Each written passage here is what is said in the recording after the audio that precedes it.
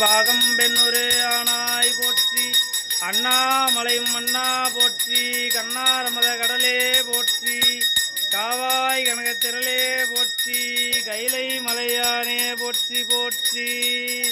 சுற்றுணை வேதியன் ஜோதிவானவன் பொற்றுணை திறந்தடி பொருந்த கைத்தொழ கற்றுணை பூட்டியோர் கடலினும் பாச்சினும் நற்றுணையாவது நமச்சிவாயவே.